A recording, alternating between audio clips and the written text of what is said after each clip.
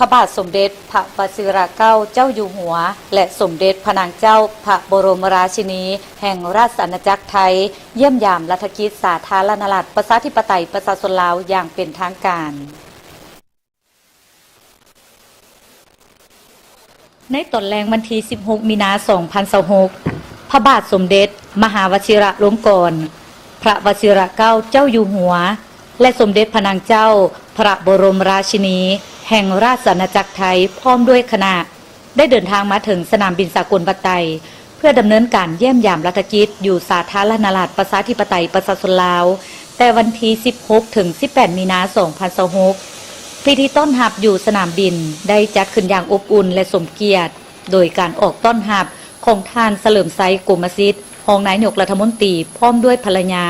และคณะผู้แทนขั้นสูงของสาธารณรัฐประชาธิปไตยประชาชนลาวรวมทั้งภาคส่วนที่เกี่ยวข้องของฝ่ายลาวและฝ่ายไทยการเยี่ยมยามรัฐกิจอยู่สาธารณรัฐประชาธิปไตยประชาชนลาวในครั้งนี้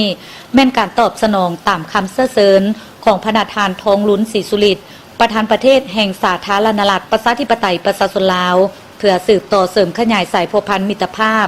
และหัดแน่นการพัวพันห่วมมือที่มีมูลเสื้ออันดีงามฐานบ้านใกล้เฮือนเคียงที่ดีก็คือการเป็นคู่ห่วมยุทธศาสตร์เพื่อการเจริญเติบโตและการพัฒนาแบบยืนยง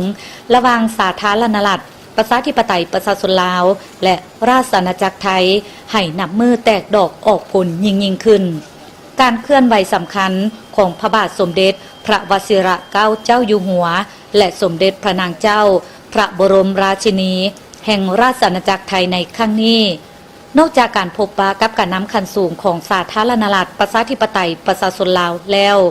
ยังจะเสด็จเยี่ยมยามศูนย์พัฒนาและบริการด้านกสิกรรมห้วยโซนห้วยซั่วเยี่ยมชมตำนักผ้าไหมบูฮานและพิพิธภัณฑ์พระธาตุหลวงเวียงจันทร์ตื่มอีก